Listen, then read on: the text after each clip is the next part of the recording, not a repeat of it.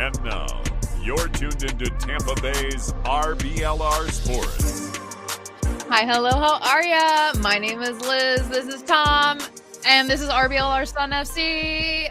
Woohoo! We didn't have that much soccer this week, but we still have lots of things to be excited about. Tom, how are you? Liz, I'm doing incredible. I'm playing soccer again. I re-updated my credentials to talk about soccer by participating in a game last night. There you go. My body is sore. We did not win, but not my fault. But you did sing "Cheeseburgers in Paradise" at always got to sing that. Yeah. Nothing worse than a goalie who doesn't say anything, and nothing better than a goalie who doesn't shut up the entire game. So that's what I try to be there for. Yeah. I did enjoy your. You should definitely go follow Tom on Blue Skis, and read his. What are they? They're skeets. Is that what they're called? They're posts. I'm not doing all that. Yeah, whatever. Right? Try hard. It's my last name on Blue Ski. Okay. Yeah, it's just DePinto. It was very. It made me very happy to read them because as I was getting notifications, I was like, oh, Tom's having such a good time. Oh, Tom loves life again. How nice. Jacked up on adrenaline. It's amazing what exercise and socialization will do. Right? Those the endorphins. Sometimes they're not lying. I have only found them in team sports. I have never found them going to the gym. God damn it. No, it's embarrassing how easy it is to fix your mental health. It's just, go run around in a field with some people. It's what humans were made to do. Go drink some water. Go get some sun, you stupid plant. Touch grass. Okay, fine, you're right. Stupid sentient plant. Yeah, that's our advice for the week. Go touch grass, guys. Yeah. Go touch grass, guys. With friends. It's good for you. Yeah. But while you're not touching grass, you can watch some soccer. Yes. We do have a game coming up against Dallas on the 8th. There is an official team watch party. We're not super huge fans of the location, so we're going to be doing something with Ralph's Mob. They are doing a thing beforehand that I should definitely know what it is. But I don't because I'm a terrible person. Or maybe we're just having a meeting. Yeah, we're having it's a general meeting for the public. Yep. Yeah, never mind. Yeah. I'm sorry, I forget what's an event and then what's like what we're trying. It's come hang out, talk about the Rowdies, and watch the Sun. This is what happens when you're like, oh, you know what? I would like some soccer with my soccer, and then some more soccer on it. Yeah. Hey, we're double barrel soccering. Liz, would you like to tell people where that is? Maybe. Oh yeah, it's Bayboro Brewing in St. Pete. Yep. Friends of the pod. Bayboro. Yes. For anyone listening, because the spelling is hard. Yeah. So we will be there. Match starts at 3:30. We'll probably be there around 2. Honestly, maybe a little bit earlier than that even. But they said that they will have a big projector or something like that. A way to watch the game. It'll be good. Yeah. Come hang out with us. It'll be fun. We haven't played them since the league opener. Yeah. Boy, how have things changed since when was that? August now, right? August 18th. August 18th, when it was sweltering out. My God, do you remember how hot it was? I didn't have a shirt that said "Ask me about August 8th." Oh yeah, I got that shirt. I'll wear that to the launch party. You're like, what are you talking about? But my God, it was so hot out on August 18th, and now we're like wearing jackets and sweaters. So yeah, I'm literally wearing a cardigan inside. Yeah. Yeah. The besides the weather, which does it every year, we shouldn't be surprised. The teams, Dallas and the Sun, have changed so much since that first game. Different tactics, different rotations, different players in, which is good to see. I think more than any team in the league, we've benefited a lot from the personal growth that we've done, I would say, because we didn't have half of our starters for that first game, right? I'd say Dallas is maybe Dallas has probably changed who they play. We have Edmonds to start. We had Edmonds for that first game. We did, okay, but we didn't have. Oh, what am I doing? This is our start for that game. You're looking at that's why it has cards and goals next to it. I didn't pull the script for the game from this Sunday yet. But yeah, that was back when we had none of our internationals. Basically, we were putting the kids in late. I know. I see that Alonso Martinez. Yeah, Pitts got in. But yeah, and then that was Carla Gimona coming out early in the 20th minute. That was a big moment to me because we looked flat, and after that first game, you couldn't quite tell why. What was the problem with us? And then when Gimona comes back in the next couple games and all the way up through the season, it's like, oh, we weren't playing well because Carly wasn't in. Yeah. She's become one of our best players. Yeah. So as long as Amber Brooks doesn't headhunt her again, I think it's going to be a nice game for Carly. Probably a revenge game. She's got this one circled on the calendar more than anybody, I would imagine. But yeah, Dallas has not necessarily changed the composition of their team, but definitely how they are deployed. When they first matched up against us way back in August, they were running a 4-5-1 with Allie Thornton up top as the lone striker. She's still their leading goal scorer, but they've switched into a little bit more conventional sort of 3-4-3 for their last match against Fort Lauderdale, which we'll talk about here. So they've changed how they want things to go. They didn't have their manager for that first game. They've got them now. So they were just kind of throwing some people out there. Same as a lot of teams were early going for the Super League. So it's not going to be by the seat of their pants. Yeah. It was, I don't know. Get out there. Y'all are soccer players. Kick a ball. It was a lot of that for a while in the early goings, but now everything has kind of congealed into place, and we're seeing who we're going to see.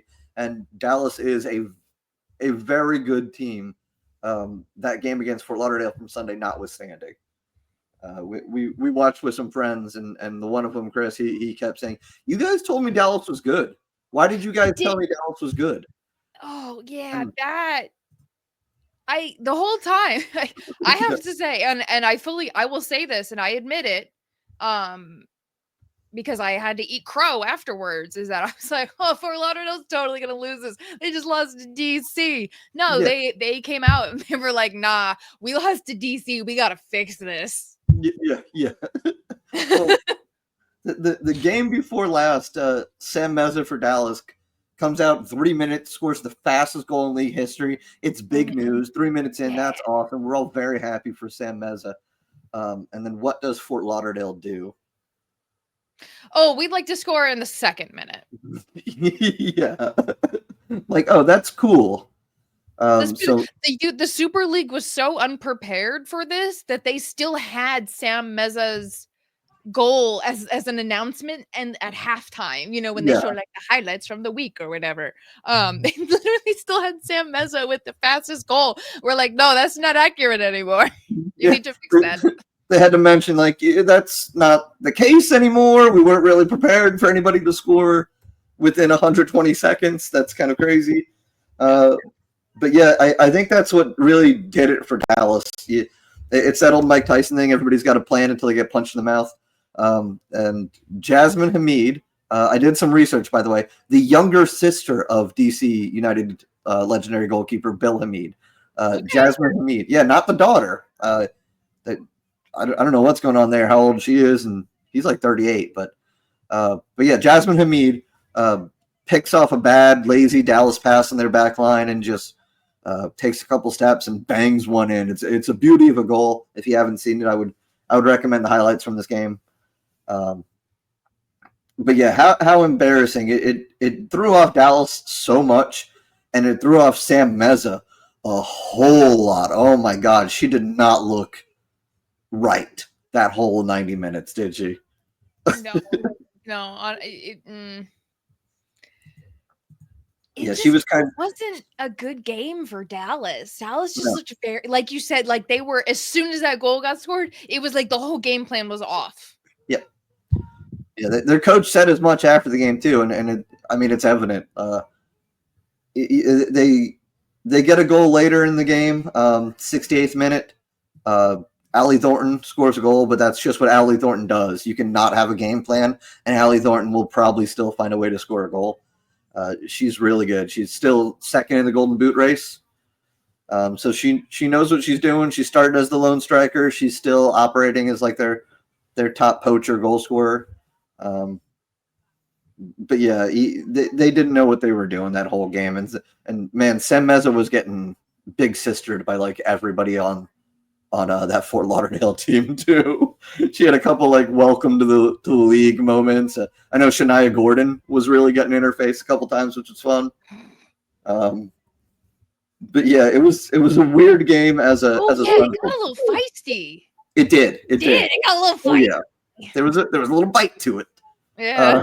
Yeah, because as a Sun fan, we're wanting Fort Lauderdale to lose, obviously, but also Dallas is up there in the rankings with us, and so we kind of wanted them to lose too.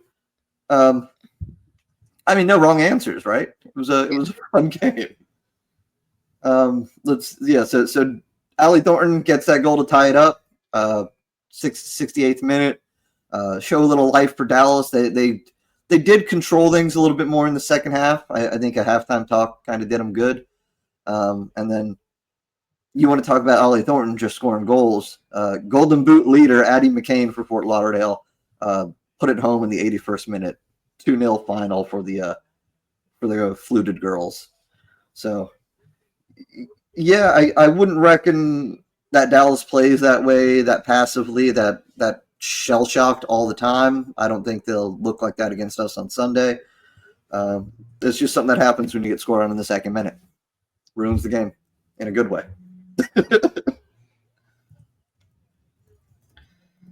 I lost the doc. I'm so sorry. Hey, it's been a weird week. It has. Yeah, and that being said, Dallas is a very proficient team. They've grown into something really good since we played them. They have 18 goals in the season. Granted, a game in hand, but 18 goals is good for first place in the league. So they're scoring, and you would kind of think Lexington would be up there too, but because Lexington scores goals, but they get scored on a lot too, and they're a chaos team. Dallas a little more controlled. For every goal they score, they get scored on twice, probably. Yeah. So yeah, so I got a couple players from Dallas that I think more than that. What? It's worse than 2-1. Oh no, okay, goal differential. I was reading the goal differential. I'm so sorry. It's not good though. What's Lexington's They goal had differential? 17 goals for and 27 goals against. Yeah, it's not great. It's not good. Condolences to Lexington fans. Yeah, I got some players to watch for Dallas that I think we should keep an eye on. I feel like we're going a little quick. Allie Thornton, obviously, I mentioned her. She's second in the Golden Boot race behind Addie McCain. Mm-hmm. She is tied right now with Lexington's Maddie Parsons, unsurprisingly, Chaos team. But she's got 5 goals. She's played 11 matches. I think Dallas has played 12 total. 19 shots, 13 on target. She's the one who's going to be doing the heavy lifting for Dallas when it comes to putting shots on net, I think. Chioma Ubagagu from England is she's not necessarily a goal scorer. She does have 2. She also has 2 assists. She's their top wing player. She's their dribbler. She's their string puller. She's the one they're going to look to carry that ball up and make some things happen. She's a good creative player. And we should know all these names because we've seen them before. Defensively, Hannah Davison is their top backliner. 32 clearances, 14 interceptions, 16 tackles, second in the team in minutes. She's an iron woman back there. She's doing a lot for the team, especially now since they moved to that 3-back. It's going to ask each of your defenders to do a lot more. It's a big switch to go from that 4-5-1 to a 3-4-3 from the start of the season later on. Mm-hmm. So she's having to do more back there, and she's carrying the load pretty well. I still, when I think Dallas, I think their offense a lot more than their defense. But man, So second most minutes for Hannah Davidson. The most minutes is, in my opinion, the villain of the league still. I'm never going to get over this. You got to pick someone early on, and you got to hate them. That's part of the fun of sports, okay? I don't – look, it's a new women's league, and I'm all for it. No, I hate Amber Brooks. If you're listening right now, Amber Brooks, which I hope you are, I hate you. Because she don't try to hide, don't try to get out of frame, Liz. Because she hurt Carly Jamona in the first game. I'm not saying she didn't on purpose. Did hurt our Carly. She didn't do it on purpose. It wasn't like even necessarily that dirty or anything, but like she hurt Carly Brooks in the very first Sun game, knocked her out of the game early on. We couldn't play our game. Our game plan involved Carly Jamona. Guess who one of our best players is as the season went on? Guess who's scoring goals for us, pulling strings in the midfield, dribbling the ball, carrying the ball, being a big imposing force? Carly Jamona. So the fact that she took her out and we didn't get to revel in the majesty that is Carly Jamona for that first game, we had to see our team sputter because we didn't have our Italian wonder child out there. I'm mad at Amber Brooks, and you are heated. Oh, and she'll hear me from Bayboro Brewing if she listens, because they're playing in the Cotton Bowl, and there's a lot of echoes in there, so you can probably hear a lot. Yeah, 100,000 seat stadium. Get over yourselves, Dallas. The more I think about this team, the angrier I'm getting at them. Before it was like, oh, here's what they're good at, and they score a lot of goals, and it's like, no. They got no jersey sponsor still. They got no jersey sponsor. They got no sideline board advertisements. They finally got some non-practice jerseys because they was wearing those for the first game against us. But no, hey, mascot. I don't think the mascot's creepy. I think the mascot's nice. I have feelings about the mascot. Hey, I think we all do. But hey. Hey, let's not dwell on that, right? This is a family podcast. Oh my God. And hey, I didn't say anything. In net for Dallas, they're going to have Madison White. She was not the goalie when we played them. That was Estrada. But Madison's played 9 games, conceded 9 goals. Not bad. Won a game. That's fair. She's got 4 clean sheets in that time, which kind of suggests a 50-50 chance of not letting any goals and letting in 2 goals, basically. If you do some quick maths. So it kind of depends on how things look in front of her. I think she's a fine goalie. Not lighting the world on fire, but it comes down to the defense and especially the midfield for Dallas. Because they got a good, strong first line up on attack. But if things aren't going right early, if things aren't going right in the midfield, I think that's when it gets a little iffy for them. So it's got to be one of those games where we come out solid with a game plan. We can't say, oh, we're away from home. We have to adapt. We have to come out with our numbers, with our attacking core that we have that they don't know, with the Flo Nielsen's and everybody. And we got to come out and set the tone early, or else it could get slogged down. It could be a draw if we let it be a draw, or it could be a win that we really need in this late part of the fall if we go out there and seize it. Yeah. Do we have score predictions? Yeah, we do. I think we do, right? Yeah, I'm going to make you go first. Okay. I was talking a lot. I think we can eke out a 2-0 win. 2-0? Yes. Okay. I think Flo is hungry, and I think Tosh is hungry. So yeah. I think 2-0, and if we keep Orcus in goal, as long as Edmonds doesn't do a little slippy slidey. Hey, I love Kristen, but she does something interesting every game, that's for sure. Yeah. Yeah, I watched that Fort Lauderdale game. That ended 2-1. I like where we're at right now. I like what the Sun are doing. Away from home, a little bit less. I don't think we get that clean sheet. I think it's going to be a 2-1. Okay. I think we score maybe 20th minute. This is the fun part of the score predictions. Anybody can pull two numbers out, but like I think maybe we get a 20th minute goal, 23rd. I'm gonna bet on. Okay. Dallas gets another one kind of right out of the gates, and then we don't score again until we'll say the 76th minute. We don't score super late ever, but I think 76 after Denise makes her hour subs that she likes to do. Okay. I like it. Yeah. Producer Eureka, chime in when you get a chance if you're still paying attention to us. Yeah. He just lets us do a oh. He wants DSB to come for him.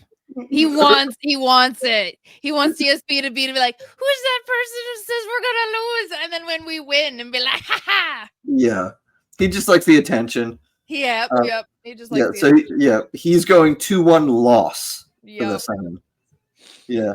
Yeah, and he's not really justifying it. He's good. He gave us it is what it is. So hey. Whatever, man. I hope you feel good if it happens, if we do lose. Yeah. Okay. Oh, until they can prove that they can travel and defend. Yeah. Yeah, we've been good at home, but yeah.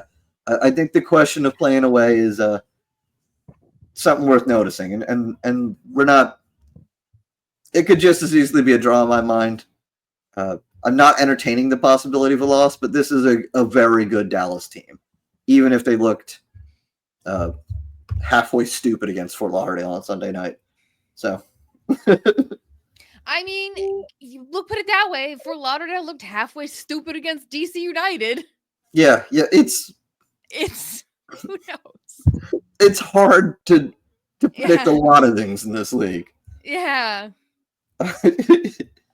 Speaking of things that are hard to predict, what the heck Emma Hayes is doing with the starting lineup of the U.S. Women's National Team? How's that for a segue? That's professional. Thank you. Also, Emma Hayes, what are you doing with the starting lineup of the U.S. Women's National Team? Okay, yeah. I put in the show notes, why did we not start Lily Johan? I understand why we did not start Lily Johan. She's going to get booed every single time by anyone who's Dutch. I understand. Fair. Valid. They have that. They reserve that right, quite frankly, because of how good she is. She did just say, I'm not playing for you guys. So yeah, I'd be mad too. Okay, fair. But why did we start Corbin Albert? Like, my own personal feelings about her aside, she looked like a mess. Yeah, it was bad. She was getting outpaced, outrun. I mean, the whole team looked like shit. The fact that we went in multiple, if you go on Blue Sky or Twitter or wherever, multiple people will be like, "How are we going in with a 1-1 draw at halftime?" Oh, because they own gold. Yeah. We did not score in the first half. Yeah. The Dutch player got both goals, right? She scored the same Dutch player. Yeah. Hey, I love an active athlete. Yeah. Was scored in the 15th minute and the 44th. It was a really unfortunate. I think it was believe it was off a header. It was a really unfortunate accidental header that the keeper couldn't get a hand on, unfortunately. Okay. It was unfortunate. But I cannot believe how relieved the U.S. Women's National Team must have been going into halftime, being like, all right, technically it's 0-0. Yeah. It was really getting away with a lot for that first 45 minutes. And for it to be a draw at halftime, it's like, yeah, I think we can be pretty happy with that, right? Yeah. Because we looked outrun, outpaced, out everything in that first half. We looked unenthusiastic and tired. I think this is the halftime. Here's the halftime. Halftime possession results were 61% for the Netherlands, 39% for the US. At halftime, the Netherlands had 14 shots. Jesus, that's only 4 on target, but they had 14 shots. That's a 90-minute number. 14. Yeah, that's a 90-minute number. Yeah, if you're lucky, sometimes that's a high end of a 90-minute number too. Yeah. I mean, it was a pretty different starting 11 for us from that England game, right? She switched up a decent amount of players, right? Yeah, who was it? Oh, where's the? Because I mean, she's still in that early phase. She hasn't had a real a competitive series yet, right? No tournaments, no She Believes Cup, nothing yet. Just friendlies. Yes. Okay. Yeah, you froze there. Oh, she just did the What did we? It's gone. It's just gone. Okay. Well, what I'm saying is that it's early on, for her stint as the capo for the national team. So she's still meeting everybody, still seeing what everybody does. I don't mind, swapping out players and seeing what everybody looks like, especially in these friendlies. I like playing friendlies against England and the Netherlands, especially over there, because is she our coach for the Olympics? No, she came in right after the Olympics, right? I thought she came in right before the Olympics. Oh man! Oh Liz! Oh geez! Oh, this is not good. We should know these things. I should know these things. You should know that you're the. I'm supposed to know these things. Yes. Eureka, you should edit this out. Yeah, Eureka, don't make us look bad. Yeah. Oh no, she was. Yeah. Yeah. Okay. Yeah. Okay, but yeah, that was she had 2 months before the Olympics, so that was just used. That wasn't her team yet. It was no. I agree. It was not her team. She did do very well with what she had, and it was great to see that she could kind of on the fly throw some stuff together, make a good team. I'm granted. I mean, she's working with the U.S. Women's National Team. You better be able to make a good team, yeah. Yeah. But it was we started Rose Lavelle. She came out after 60 minutes. That's pretty standard for her. It was also really cold. I have a theory. I don't think Rose Lavelle does cold well. Yeah, I don't think she's just playing in the cold well. Yeah, she doesn't look like her frame doesn't look like a person who likes the cold. Yeah. Alyssa Nair was doing the best that she could. Jenna Neiswanger was just like chasing. She was chasing more than she was being chased, which was bad. Which meant Alyssa Nair had to do a lot more work. And although it is very funny that Alyssa Nair is ending with 69 international shutouts, I'm sure she would have liked 70. Yeah. You always want that number to go up, but man, 69 is a pretty nice number to finish on, I'd say. Yes, it is. And I think even Alyssa Nair might find it a little... She'll be annoyed, but still find it a little bit funny. Yeah, absolutely. We subbed in, I don't know why we didn't start Lynn Williams. She's the one who eventually scored our goal. It took her 20 minutes to get in the flow of things and be like, oh, I'm gonna score a goal and make it look effortless. Yeah. I'm gonna take this as I wanted to try something game. Yeah. And then we're never gonna do this again. Right. We saw it's good enough to barely beat a good Netherlands team, but that's not good enough for the U.S. Women's National Team. No, they were kicking our ass. Yeah. We should not have won, quite frankly. We looked better in the second half once we made those subs, but we looked like trash. Jesus. We did. Yeah. I mean, so we're off until the She Believes Cup early next year, right? I feel no. I think there's more home friendlies. Okay, all right. I think that was Alyssa Nair's last. I think when they're saying international, they mean I think she's actually done. Overseas. Really? I think. I think Nair's just done. I think we're using other people now. But hey, what do we know? We're not a U.S. Women's National Team podcast. Please don't get your news about this team from us. Oh, maybe you're right. Yeah. I could have sworn they said something that there was one more match, but you're right. The USA website has the next game is She Believes Cup versus Colombia on February 20th. Yeah, late February. So, yeah. They got a longer break than the Super League does. Okay, well, I don't know. I like that MMA is doing things. Obviously, we know she's a good coach. She proved it with Chelsea. She deserves the appointment. The Olympics, wasn't her implementing her plans yet. It was just letting the players do what they want to do, I think. Oh no, she's had a couple of games. We played. Oh no, that's the men's national team. Never mind. Yeah, don't get those two confused, please. No. But yeah, so this is I think this is a lot of figuring things out. She's going to have a long winter break to consider things, and then I would anticipate coming out real strong in that She Believes Cup. Australia, I don't think is as hot as they usually are. Japan's a solid team, but those are 3 games: Colombia, Australia, Japan in late February that I think we should win pretty solidly. I think Japan might be out for blood, but yes. Yeah. So yeah. I also like that they're already listing all the different places that you're going to be able to watch it. And I bet only one of them is for the U.S. or something. Just gonna be yeah. The joys of figuring out where to watch a women's soccer game. I know. One of my friends was complaining. She's like, "Oh no, Ilana Maher, the Olympic rugby player." I think I'm saying her name right. Yeah, I apologize if I'm not. I've only ever read it.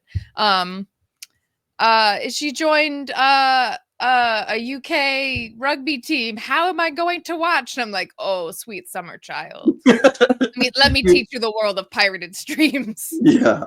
VPNs and piracy. Yes. Okay. Yeah, so that's the women's national team. We got some Everybody Pirates women's sports. Only because they don't make it available. Yeah, it's not easy to watch. Behind a really expensive, annoying paywall. Everybody watches women's sports no matter what we have to do. Okay. I would actually wear that though. Everyone pirates women's sports. Can we make that? I'll buy that. That's a Tampa shirt right there. That's pretty good, actually. Remember, guys, use code HEATWAVE for 10% off at shop.rblrsports.com. Right there. HEATWAVE. Heatwave. Throw that promo in. What a pro. Producer's going to be so proud of me. Speaking of people who aren't pros and have been thrown to the side, Frederick Briand. He's gone. He's gone from DC. Turns out just picking a men's pro player and telling him to go coach some women isn't necessarily the best idea. Who could have imagined? Yep. It's weird how I'm going to be forever bitter about that. I'm sorry. Yeah. I don't think Donovan should get any opportunities ever anywhere. But hey, that's different. So DC they go down in history. They've gone down in history a couple times for the Super League, actually, haven't they? First team to change their logo, right? Yeah. Yep, first team to change their logo. In the spring, they're going to be the first team to play a home game in a second stadium when they go to Leesburg, to Loudon Stadium. And they are now the first team to sack their head coach. Just a mere 3 days after Fort Lauderdale lost to DC. Anna Bagley with a sort of miracle type header real late in the game where it looked like neither team was gonna score. DC comes away from Fort Lauderdale with a 1-0 win. Smiles and rainbows and happiness up there in the nation's capital. And 3 days after that, they fire him. Because no wonder they don't have any goddamn fans. You can't even buy anything. What, tickets? You can buy tickets and that's it. Like I went to go be like, I forgot the name of their front kit sponsor. So I went to go look it up really quick. And I was like, oh, I'll go look at their merch store. That does not exist. No, which is crazy because they're run by an MLS team. But hey. It's Agile Defense Systems, by the way. That's right. I was going to make a joke that they are, in terms of first, they are also the first to have a defense contractor as a sponsor. Yeah. It's a pretty agile response in firing their coach, too. But man, what does that say about Fort Lauderdale United, where a team can beat you and still fire their coach after the game? That means they had decided to do that a while ago. Yeah, is really what that says. Yeah. That also means that Chili Palmer over in the Heatwave section has a very rare scarf with the very first manager of DC Power on it that he gets to go and have the second manager of DC Power side. Maybe it'll still be an interim manager by the time they come back to us. And then he could have 3 DC Power coaches, which would be really fun. All in the same year. Yeah. Yeah, so their interim coach, just for completion's sake, we'll say his name. It is Phil Nana. I don't know nothing about the guy, so that's cool. He's about him. I think he's an assistant with the team already. I think he coaches a local academy club up in that area. So I mean, he's not going to be the guy. They did the same thing. Yeah. Oh yeah. DC really is. They were like, "Hey, you coached a team once. We've got this one wonder kid who scored a hat trick, so she's a hero. He might know her actually. He might have coached her. Oh, fair. Yeah, but hey, so that's DC. Just constantly being a nuisance, I would say. I hope they go nowhere. I hope they're here next year. Let's keep saying that. So that the universe feels it. I was wondering what you meant there for a minute. I hope they go nowhere. Oh my gosh. It's like, that sounds so mean. You're like, no, you don't want them to go anywhere. Okay. Yeah. I'm being nice when I say that. I don't want them to go. Because they are going to Leesburg. They are moving stadiums, right? They are not playing in Audi Field in the spring. I don't think so. Yeah. Which honestly I think is a good move because the American football team is going to be playing there in the spring too. That too. And then I never understood the overlap with the Spirit. Like at one point they had Spirit players go to a game. Oh, Fiffo. Right. They had Spirit players like at a game being like, hey, look at us. Yeah, like it was very Trinity Rodman at the end of the Spirit final being like, yeah. Mm-hmm. Yeah. Just a weird situation up there, but I think it's good they won't be playing on the same field as an American football team because that field's going to look bad once that starts. We know how that goes. Other Super League news? Sporting Jacks is officially a thing. Like they announced it, like they soft launched it, but I think now is like the yeah. I think they're the first team to. There's a couple teams that are like penciled in. This is Jacksonville is the first team to be written in ink. Jacksonville was ahead of the game for a while too because they were like, we already have the men's team. We have the logo. We're gonna keep the branding uniform, which I'm all for. Sounds good. Yeah, they're doing some good things up there. It seems like they're doing everything right. I like their branding. I like the ethos. It just remains to be seen how much social media coordinator. Yeah, shout out front of the pod. It just remains to be seen how much the fans up there in Jacksonville are going to latch onto that team because I know they've been burned before with the Armada, and they still kind of exist, and they're like positioning for a downtown stadium. They might go MLS Next Pro. I'm not really sure. So I do wish them the best. They will be playing on University of North Florida campus, Hodges Stadium, which is where the Armada did play for a while there after they dropped out of the NASL. So it's a fine stadium, right? You've been there? I never went there. No, I went up there like a campus tour, but I don't remember. No, I went there when they played at the baseball stadium, which that's a baseball stadium. Thank God they're not playing there. No, you know what? I should ask my dad because he actually went back for a Jacksonville T-Men reunion thing. Okay. Oh, the T-Men, yeah. They were wearing those jerseys when I was at McDonald's ass, yellow and red. Yeah, we won't have to worry about that. Somewhere. Yeah. Oh my God. Oh, look at him. Oh my God. Oh, my podcat. Oh, my goodness. He can do that as much as he wants to. This is your couch, bud. Yes, it is. I like the cat more than the couch. I like cats more than most things. Yeah, fair. So yeah, we'll get that's good for us because we get another away trip. Granted, we didn't really take advantage of that first away trip. Oh, you mean a league that understands the importance of in-state rivalries? Mm-hmm. Sorry to producer Eureka because I had put the mic really close to my face when I said that. So you have to Making a point. adjust those levels. But no, that I really my goal every episode is just to make Eureka have to work really hard. he doesn't do enough. He's not busy enough. He does. I don't feel like he does enough work, so I want to make him have to go through and adjust levels during the things I get too excited. He's not running 12 podcasts and raising a child. But yeah, that's gonna be sick because we're gonna have Fort Lauderdale. We're gonna have Jacksonville. That's and then West Palm Beach is planned, which I have no idea how that's gonna work, but I'm a fan and I'm here for it. Yeah, the more teams in Florida, the better. If anything, West Palm Beach has the money. Theoretically, that should be fine, right? It's League One, it's men's, but I'm looking forward to Naples coming to the league too because they got some money down there, so that team should be. I mean, they should be pretty well supported, I think. Yeah.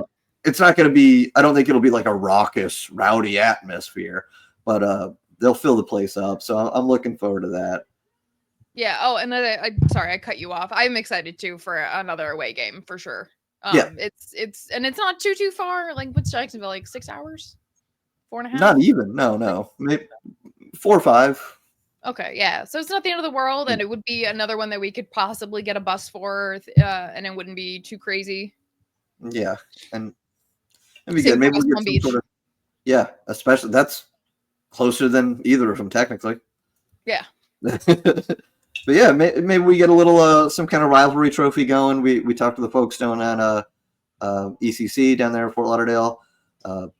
Have you seen anything on a supporters group for Jacksonville yet?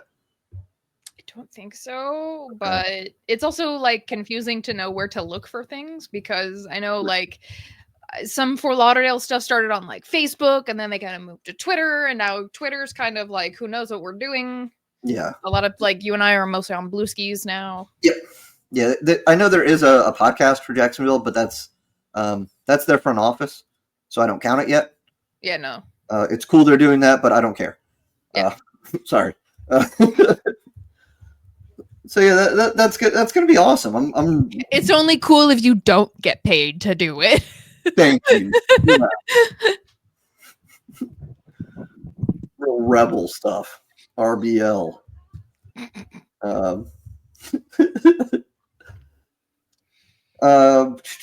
there's more Super League matches, Liz. There's always more Super League. It keeps going. You say that, but we thought there was no Super League last week. Yeah, we goofed up there. Sorry, y'all. Yeah, we did. Sorry, by the way. We forgot to go next month and look at December. December 1st. We won't make the mistake again. We'll check Sundays from now on too. Yes. But yeah, our game is on Sunday. Yes. But you don't have to wait that long to watch Super League. Because there are 2 games on Saturday. Yeah, and oh boy, Lexington versus Brooklyn could be really interesting. And that Brooklyn, I mean, theoretically, I've said this about Fort Lauderdale, though. Brooklyn should definitely kind of slaughter Lexington. Brooklyn should win, I think, right? Yeah, they should be turning them into glue. They've pretty much proven that they're, at the moment, the best, most consistent team in the league. Yeah. I'm not happy about it, obviously. No, but especially not with Sydney Martinez. That's just rude. It's adding insult to injury. It's my girl. But yeah, anytime, I don't care if it's 8 teams only in the league. I don't care if it's a pretty brand new league. Anytime the top team in the league is playing the bottom team in the league, it would be a fair assumption to say that the league leaders will win, right? We're not saying anything controversial right here. No. So watch that for a half hour or whatever. Maybe turn it back on real late in the game because that's when Lexington decides they want to play soccer a lot of the time. But I don't think there's going to be much there. I think Brooklyn should stat pad, really. No, I think this is a good game to watch for sure. If anything, what you do, watch the first half hour of this game, see how it's going. Then you switch to the game that's coming up next, which is the Fort Lauderdale Spokane game, which could also be boring, but Fort Lauderdale might make it interesting. Oops, Fort Lauderdale might make it interesting. And then you go check FOTMob and you see how the Brooklyn game is going. And if that's any good, then you tune in for the last 15 minutes of that one. And that's when Lexington will do something. Yeah, last 10, 15, maybe. Maybe it lines up where it's like halftime for the Fort Lauderdale Spokane game, and you can tune in to see Lexington like score a late goal to make it, I don't know, 5-1 or something. Yeah. So that'd be cool. That'd be the way to do it. That's our viewing guide for Saturday night. Mm-hmm. But yeah, that Fort Lauderdale Spokane game could be good. Both teams are pretty goofy. Spokane not necessarily producing the most exciting score lines. But what they, even when it's a draw, a 0-0 draw, 1-1 draw, they're a pretty interesting team to watch. They got some fun players. They got some fun midfield play. I've never been disappointed because I watched Spokane. That's not true. Okay. I was extremely disappointed. I watched Spokane one time. Yeah. But hey. I don't think because the other game that was on at the time that was the other game was what game was that? That was one of like the best games in league history. I can't remember what it was. It was one of the ones that like the scoreline flipped. Yeah, the beginning or something. I missed out on something really good. But yeah, Fort Lauderdale Spokane should be a pretty interesting game. I like the way these teams match up. I think they're going to play each other pretty well. It'll be a nice close game, a good soccer game to watch. And then again, if it's boring, go back to Lexington. Yeah, because I guarantee the Lexington Brooklyn game is gonna be interesting. It may not be. It will be entertaining. Soccer. I don't know in what way it will be entertaining, but I think it will be entertaining. Exactly. It's one for the sickos for sure. Speaking of sicko stuff, college soccer is still happening. Look, guys, it's the Final Four. If you haven't watched the game yet, and it's college soccer, a lot of y'all haven't. But man, where do you watch it? ESPN Plus has had the entire tournament. I'm not sure if it's on something different for the Final Four because those games are more important. The championship game will be on normal, like television, for sure. All right, because I tried to find them the other day, and I'm just very annoyed I could not find them. Really? Hit me up. Hit me up on Bluesky if you're having trouble finding a soccer game. I'll go out of my way. That goes out to everybody. Yeah. Although actually now it should be. Oh wait, no, that was national team stuff. I was like, that one website we found, which is super cool. Oh yeah, that's a good site. Internationalfootball.net, I want to say. Yeah, no. Look at our Blueskis. We re-skeeted it. Yeah. I hate saying that. I hate it. Follow us on the skeet machine, baby. Oh. Yeah, I'm not calling them skeets. They're just posts. Yeah. It's a normal thing to say. I know, but I like having a thing. Like you just like saying tweets, and you're mad you can't say tweets anymore. Yeah. Mostly. They're bleats. Bleats. Because they're blue tweets. Blue tweets, yeah. Blue sky tweets. Yeah. Oh man, I live my life just making myself laugh so hard. It's great. It's a way to live. All right, these Final Four, these two matchups will be on ESPN Plus and also ESPNU. Ooh. So if you got cable, you can watch it, and if you got ESPN Plus from watching the Rowdies, you can watch it. And man, I would recommend you watch it because these are legitimately the four best teams in the country. Everybody who's left deserves to be there. The opening game, 5 p.m. this Friday, December 6th, 5 p.m., the opening match, Wake Forest versus Stanford. Liz, you picked Wake Forest to go all the way, didn't you? I did. You feeling pretty good about yourself right now, I bet, huh? I am, yeah. I really like picking things on a whim and being correct. Yeah. Feels good. So yeah, I'm not going to say anything about these games because I'm not super familiar. Besides the fact that they're going to be good games, there hasn't been a miss like all tournament really. They go to extra time, they go to PKs. One of these games is going to go to PK. I'll say that pretty confidently. Pretty much right after that Wake Forest Stanford game ends, same channel is going to be Duke versus North Carolina. My God, how often do you get a national semifinal that is also like one of the best rivalries in college sports?